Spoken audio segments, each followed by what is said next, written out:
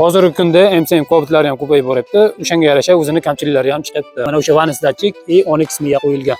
Bunda bo'layotgan muammosi mashina zavod bo'ladi-yu, reska uchib qoladi. Hozir mana mashinani zavod qilamiz.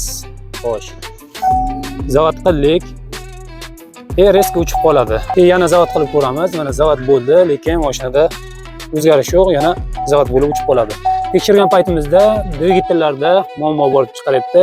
Mashinamiz qalinog'i ko'p probeg yurmagan, 3 kilometr yurgan Cobalt avtomobilimiz ham ideal holatda mashinani to'g'rilab yeb chiqarib berib yuboramiz. Avtomobilimiz tayyor bo'ldi. Ana endi mashinani bitta zavod qilib ko'ramiz. Zavod qil. Zavod bo'lishlari yaxshi bo'ldi. Gaz ber. Mashinamizni ideal holatga olib berdik. Mashinada ishlashlarda hech qanday muammosi yo'q. Ichkarida ham mana gaz berganda ham bemalol taxometrlarni ko'tarib ishlayapti. Даже kompyuterlarda ham hech qanaqa modul upravleniyaga ошибкаларni chiqarmadi. Mashina ishlashlari ideal holatga olib keldik. Bu avtomobilimizga ham benzin asosi almashtirilgan, benzin asosi almashtirilgan holatda ham mashinada hech qanaqa o'zgarish bo'lmagan. Через kompyuter orqali точно diagnoz qo'yib, zapchastlarni ham uстановка qilib, mashinani ideal holatga olib berdik. Chevrolet avtomobillari bo'yicha bemalol pastdagi raqamlarga aloqaga chiqsalaring, har doim точно diagnoz bilan tashxis qo'yib beramiz va mashinani ideal holatda yurg'izib beramiz.